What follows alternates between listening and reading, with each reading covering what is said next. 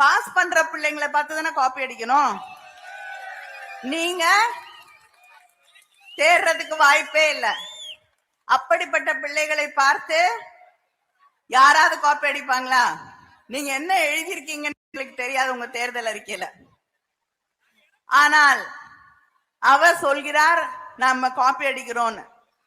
எத்தனையோ விமர்சனங்களை வைத்துக் கொண்டிருக்கிறார்.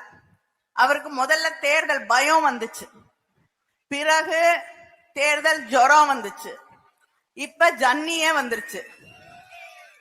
அதனால என்ன பேசுறாருன்னு அவருக்கே தெரியாம தான் ஒரு முதலமைச்சராக இருந்தவர் இன்னைக்கு எதிர்கட்சி தலைவராக இருக்கக்கூடிய ஒருவர் என்பதை மறந்துவிட்டு தன்னுடைய தரம் என்னன்னு அவருக்கே தெரியாம இன்னைக்கு மிக மோசமாக விமர்சனங்களை வைத்துக் கொண்டிருக்கிறார்.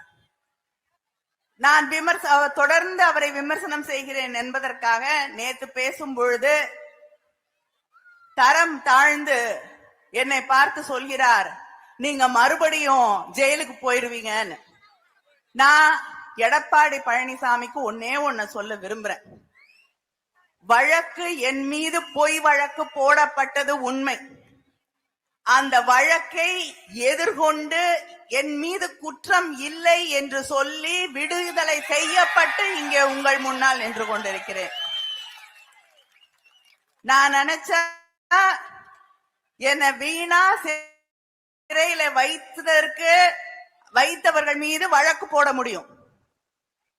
ஆனா விடுதலை செய்யப்பட்டவள் நான், குற்றம் இல்லை என்று. வழக்கெல்லாம் நிலுவையில இல்லை, மேல்முறையீட்டுல தான் இருக்கு. அதுக்கும் இதுக்கும் வித்தியாசம் இருக்கு.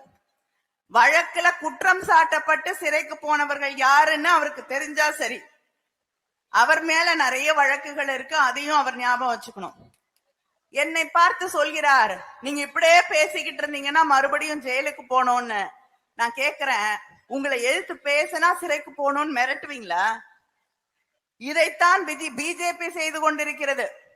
பிஜேபி அவங்களை எதிர்த்து பேசக்கூடிய எதிர்கட்சியில இருக்கக்கூடியவர்கள் மீது சிபிஐ, இன்கம் டாக்ஸ், இடி என்று வழக்குகளை ஏவி விட்டுக் கொண்டிருக்கிறது.